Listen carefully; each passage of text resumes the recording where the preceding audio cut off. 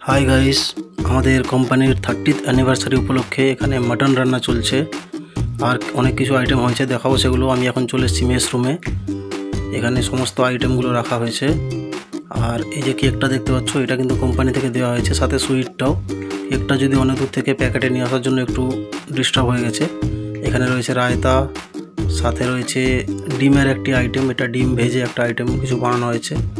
এখানে কিন্তু রয়েছে আলু দিয়ে মাটন কষা।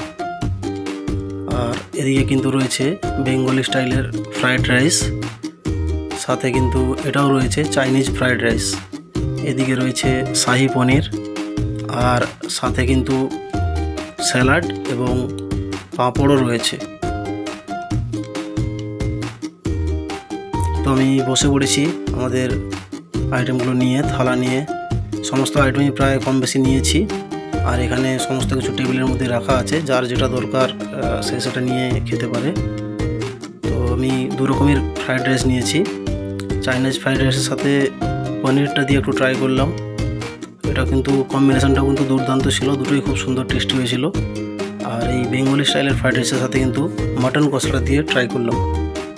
দুটো আইটেমই কিন্তু খেতে একদম দুর্দান্ত ছিল।